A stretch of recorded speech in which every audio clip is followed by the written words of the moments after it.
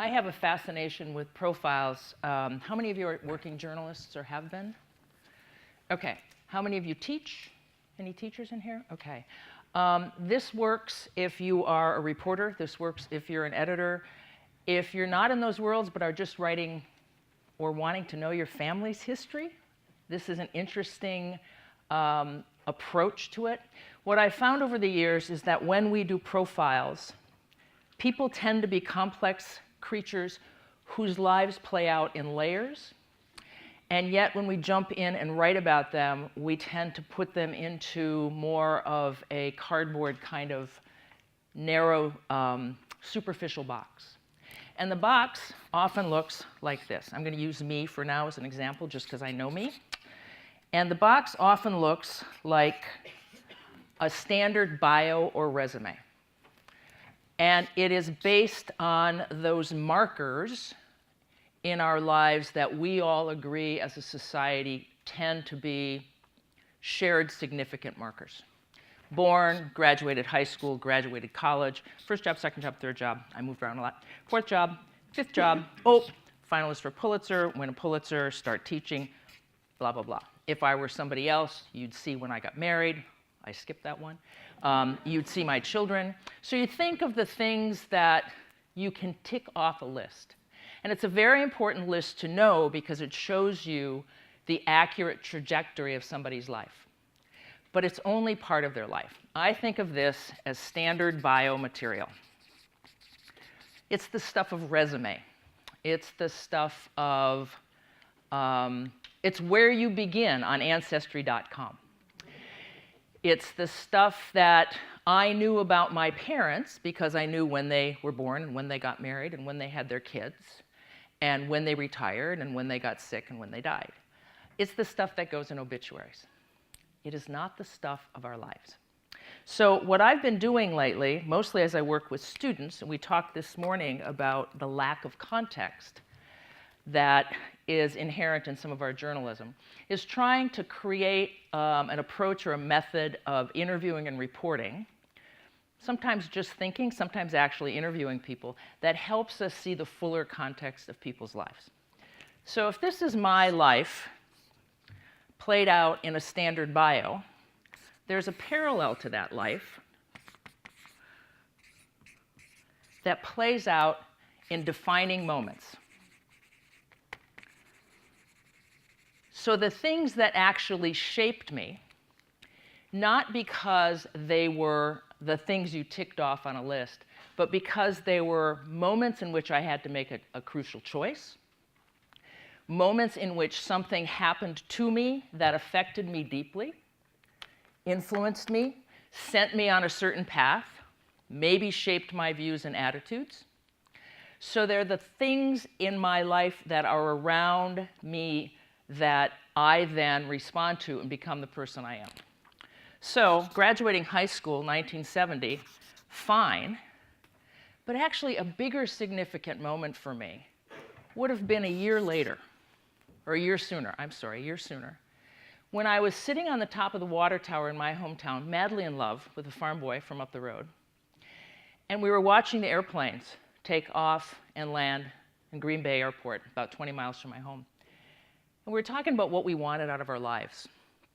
And he wanted to settle down and get married and make a lot of money and have kids. And I wanted to go everywhere in the world and see everything and know everybody. We looked at each other and said, we're not going to be together. That was a hugely defining moment in my life because I had a choice to make. Graduating from college, yeah, that was a big deal.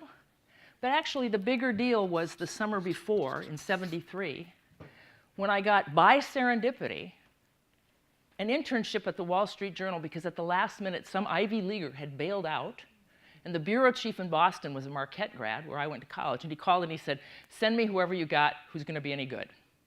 And I headed off to Boston. And that summer at the Wall Street Journal shaped my journalism for all times. I could tell you that being a finalist for the Pulitzer and winning a Pulitzer was a big deal, but the defining moment in my life was in early 1985 when I was handed a choice in my newspaper. Go be the first woman to cover the state legislature, or go to Africa and cover the famine. and you can't do both. So I made a choice, and it changed the trajectory of my career. You can go through my whole life like this, or anybody's lives, because these things that happen really are just those markers. It's the things that happen here that we have to make a decision about, or that are foisted on us, who make us who we are. And they're much more interesting. And they tell us much more about character, about our value system, about how we're going to perform if we're hired as a CEO. If we're, boy, if I were going to marry somebody, I'd want to know this stuff, right? This stuff, you know, look it up. This is Google. I'd want to know this stuff. Then, if you really want to get interesting, there's a third timeline that you can put on an absolute parallel track, which is about historical, socio-political context. What's going on in the bigger world, the wallpaper, let's say, of somebody's existence, somebody's time on this earth, that may influence them. Now, I see a few people in here who are my cohorts, thank God, because when I ask my students this, and I say, okay, let's go back to 1970 when I graduated from high school. What was happening in the 60s, I ask them. They're like, I'm like, okay, come on. Let's go forward to 74. What was happening? They still don't know how to answer the question. But it's really interesting, because if I'm born in a small town, very, very traditional, immigrant community, traditional values, Catholic, and all of a sudden in the 60s, I run into civil rights, the hippie movement, women's rights. Maybe this has influenced how I made my decisions. Hey, I get out of high school in 1970. Guess what happens in 71 and 72? Roe v. Wade, the birth control pill. Title IX goes into place after I graduate from high school, which means I never got a scholarship, a sports scholarship to college. That shaped my life. I'm still pissed about it. 74, I graduate from college, but guess what else was going on in 74? When I get out of journalism school, what's going on? Watergate and Vietnam. Huge, huge, huge. Very different from Katie Bergen, who graduated from Missouri 5 years ago, 4 years ago. Different context to her life. So looking at this forces me as a journalist or a listener to think about what was going on in someone's life when they were living it that I might not know about. So how do you use this?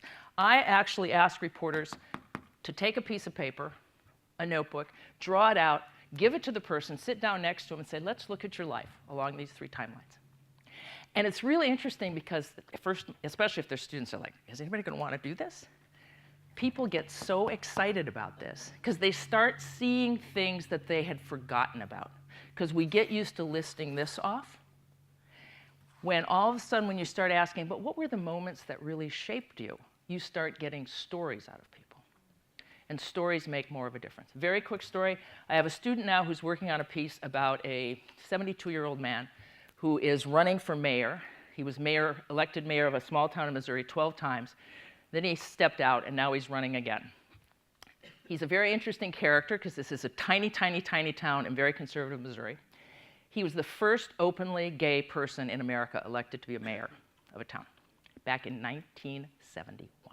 No, 1981. Very, very interesting.